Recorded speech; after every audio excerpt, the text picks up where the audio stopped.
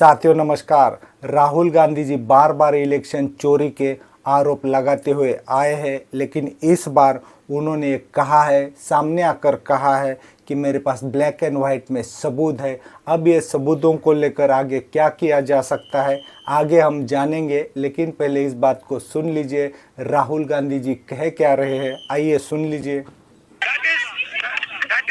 That is another issue which is as important. सिर्फ 52 लाख की बात नहीं है, सिर्फ बिहार की बात नहीं है। महाराष्ट्र में इन्होंने चीटिंग की। हमने सवाल पूछे इलेक्शन कमीशन से, वोटर लिस्ट दिखाइए। इन्होंने वोटर लिस्ट नहीं दिखाई। हमने कहा कि वीडियोग्राफी दिखा दीजिए। वीडियोग्राफी का कानून बदल दिया।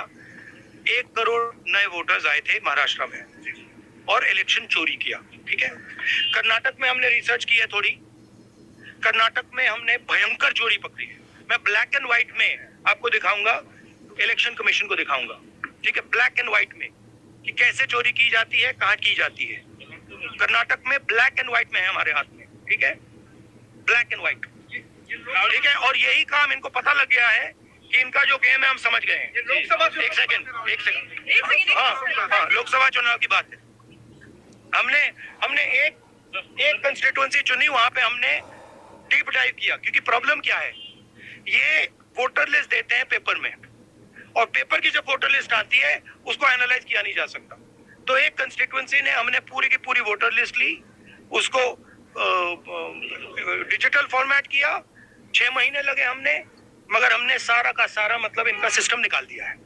ये कैसे करते हैं, कौन वोट करता है, कहां से वोट होता है, कैसे नए वोटर बनते हैं, पूरा का पूरा हमें मालूम है। चोरी का फॉर्मेट बदल दिया इन्होंने। नहीं, अब इनको समझ आ गई बात। ठीक है, और अब इन्होंने क्या किया है कि अब हम बिहार का पूरा सिस्टम नए तरीके से करेंगे। वोटर डिलीट करेंगे और नए तरीके से वोटर लिस्ट लाएंगे। हिंदुस्तान में इलेक्शन चोरी किए जा रहे हैं, ये रियलिटी है हिंदुस्तान की। राहुल गांधी जी अगर कह रहे हैं तो यकीनन उनके पास सबूत होंगे, क्योंकि बिना सबूत के राहुल गांधी जी इतना खुलकर मीडिया के सामने बयान नहीं दे सकते हैं। उन्होंने बयान के अंदर ये तक कहा है मेरे पास ब्लैक एंड वाइट प्रूफ है। उन्होंने ये भी कहा है कि मैंने 6 महीने से रिसर्च की है। अगर उनकी टीम ने 6 महीने से रिसर्च की है और इतने पक्के वाले सबूत हैं, तब वो ये सबूत क्या चुनाव आयोग देखेगा, क्या चुनाव आयोग कार्रवाई करेगा? क्योंकि चुनाव आयोग के पास पहले भी बहुत सारे कंप्लेंट जा चुकी है, लेकिन चुनाव आयोग ने अब तक क्या किया है आप लोग अच्छे से जानते हो। तो क्या आगे चलकर राहुल गांधी जी यही सबूत लेकर सुप्रीम कोर्ट में जाएंगे?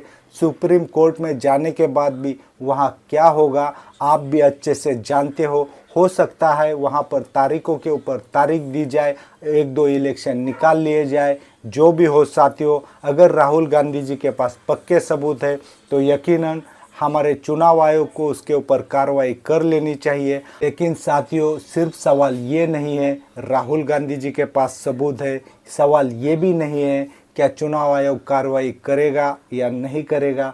सबसे बड़ा सवाल तो ये है हमारे अधिकारों का क्या हमारे अधिकार सुरक्षित है? अगर हम किसी एक व्यक्ति को चुनकर भेजते हैं, लेकिन मशीनों में अगर गड़बड़ियाँ होती है तो कोई और नेता चुनकर आएगा और वो हमारे ऊपर राज करेगा। ये सवाल मैं आप लोगों के लिए छोड़ देता हूँ। आप लोग कमेंट करके बता दीजिए क्या चुनाव आयोग कार्रवाई करेगा या नहीं करेगा। आज के लिए बस इतना ही। नमस्कार।